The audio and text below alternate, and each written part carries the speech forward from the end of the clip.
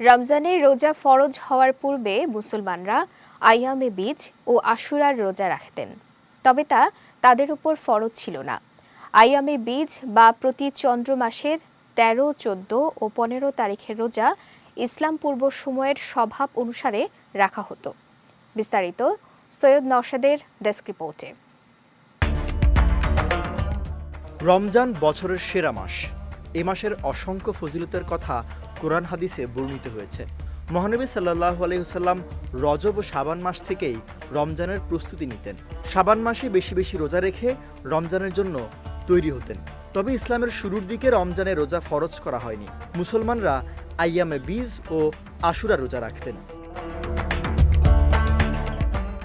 একটা সময় ইসলামী আকিদা বিশ্বাস যখন মুসলমানদের অন্তরে দৃঢ়ভাবে গেঁথে গেল, নিয়মিত নামাজ আদায়ের মাধ্যমে তা বৃদ্ধি পেতে পেতে ভালোবাসার পর্যায়ে গিয়ে পৌঁছালো, তখন আল্লাহ তাআলা রোজার হুকুম নাজিল করেন।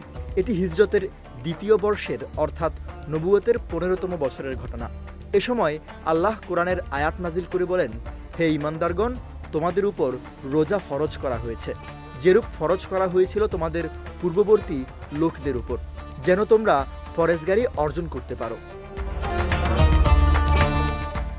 বিখ্যাত তাফসীরকারক মুহাম্মদ বিন জারির আত-তাবারি রহমতুল্লাহ আলাইহ এর মতে, প্রথমে মাসব্যাপী রোজা ফরজ করা হয়নি, বরং হাতে গোনা কয়েকদিন রোজা ফরজ ছিল যেন তা কঠিন মনে না হয়, এবং সে কারণেই নাজিল হয়, গণনার কয়েকটি দিনের জন্য অতঃপর তোমাদের মধ্যে যে অসুখে থাকবে অথবা সফরে থাকবে তার পক্ষে অন্য সময়ে সে রোজা পূরণ করে নিতে হবে।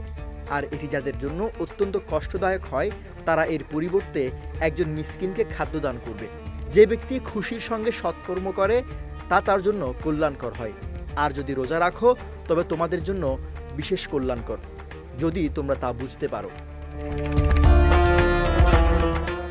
মাজ ইবনে জাবাল রাদিয়াল্লাহু তাআলা আনহু বলেন, প্রথম দিকে যার ইচ্ছা রোজা রাখত, যার ইচ্ছা না রেখে মিসকিনকে খাদ্য দান করত, কিন্তু পরে এই সুযোগ রহিত হয়ে যায়। এরপরে নাজিল হয় রমজানে রোজা রাখার অপরিহার্য বিধান। আল্লাহ বলেন, রমজান মাসই হলো সে মাস যাতে নাজিল করা হয়েছে কোরআন, যা মানুষের জন্য হেদায়েত এবং সত্যপথ যাত্রীদের জন্য সুস্পষ্ট পথ নির্দেশ আর ন্যায় ও অন্যায়ের মাঝে পার্থক্য বিধানকারী। কাজেই তোমাদের মধ্যে যে লোক এ মাসটি পাবে সে এ মাসের রোজা রাখবে। আবশ্যক করে প্রদত্ত স্বাধীনতাকে গ্রহীত করা হয়েছে। উম্মার সকল উলামায়ে কেরাম একমত যে এ আয়াত প্রমাণ করে রমজান মাসের রোজা ফরজ। যদি কোনো ব্যক্তি শরীয়ত অনুমোদিত কারণ ছাড়া রোজা না রাখে তাহলে সে কবিরা গুনাহ তথা মহাপাপের ভাগীদার হবে। সৈয়দ নওশাদ, বিজয় টিভি নিউজ ডেস্ক।